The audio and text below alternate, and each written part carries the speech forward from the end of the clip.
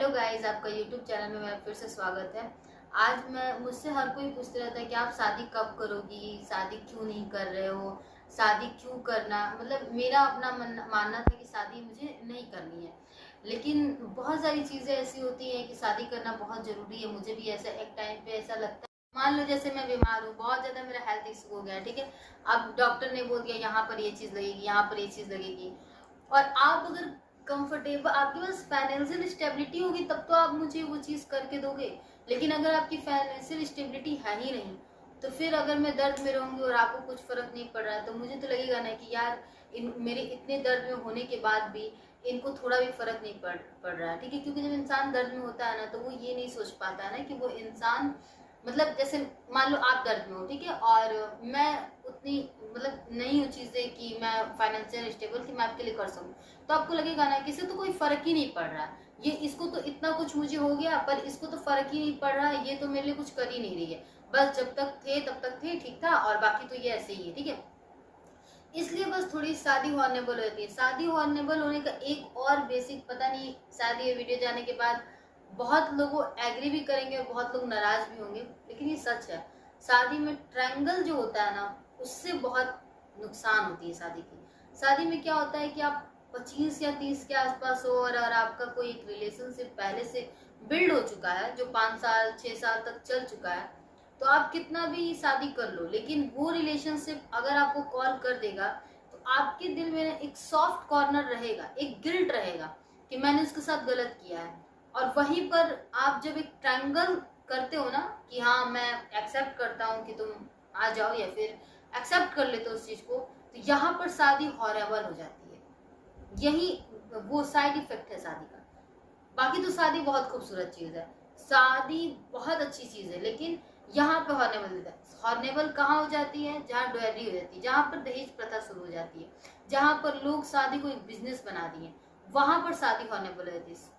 शादी वहां पे हॉर्नेबल हो जाती है जहाँ पर मेरे जैसे, मान लो मैंने किससे शादी की और मैंने सिर्फ शादी अपनी फैमिली या सोसाइटी की इज्जत रखने के लिए की है, और उसके बाद मेरा साइड से कुछ है और मैंने सोचा कि इसको हटा देंगे रास्ते से, बस अपना काम बन जाएगा, ठीक है। अगर ऐसा कोई सोचता है तो शादी बहुत हॉर्नेबल है, अदरवाइज शादी हॉर्नेबल नहीं। अगर एक आपको सही पार्टनर मिलता है, सही रिलेशनशिप में आप हो, तो मेरे हिसाब से आप वर्ल्ड के सबसे बेस्ट गिफ्ट को पा रहे हो। आपको फील होगा लाइफ में कि मेरे पास जो है ना, वो दुनिया के किसी के पास भी नहीं है। क्योंकि शादी बहुत अच्छा होता है। देखो, हम लोग अपने माँ पापा को देखे हैं, हम लोग के जो माँ पापा हैं उनकी लाइफ में कितना अच्छा है, लेकिन आज के हमारे रिलेशनशिप भी नहीं चल पाते हैं।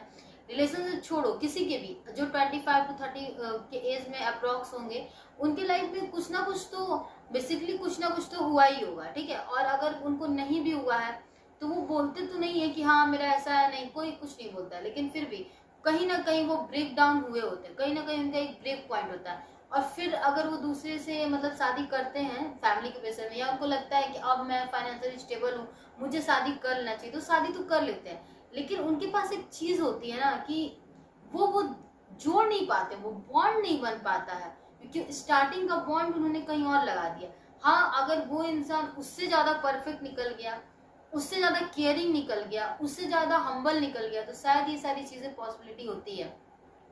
तो मुझे लगता है ना कि अगर आप शादी करो, तो सबसे पहले आप जो शादी करने के बाद एक दूसरे को टाइम दो, एक दूसरे को जानो, एक दूसरे को, अगर आपको पता भी चल जाए ना कि हाँ ये चीज इनका पहले से कुछ ऐसा सिस्टम था या चीजें, तो आप ना उसको ऐसा मत करो कि आप उसको, जैसे कोई चीज पर्दे में होती है ना तो सही होती है, बिना पर्दे के मत करो, ठीक है। आप ये चीज उसको पता होने के बाद उसको रियलाइज मत करो कि हाँ आई विल, ठीक है, मुझे पता चल गया, आई विल नो, ऐसा वाला मत करो कि मुझे पता चल गया, ठीक है।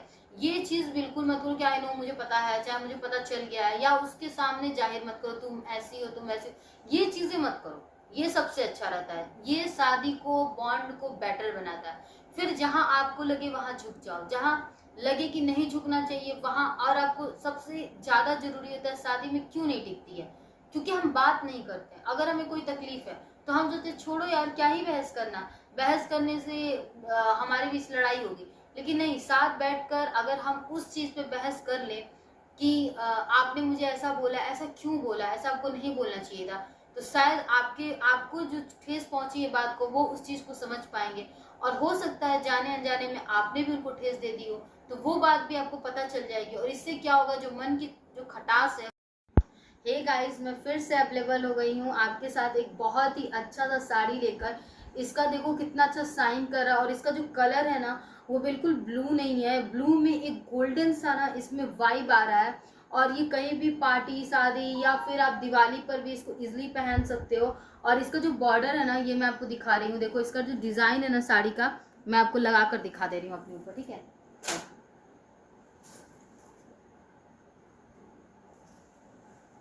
आप देख सकते हो ये साड़ी कितना सुंदर है। इसका आंचल देखो गाइस, कितना सुंदर है इसका आंचल, देख सकते हो।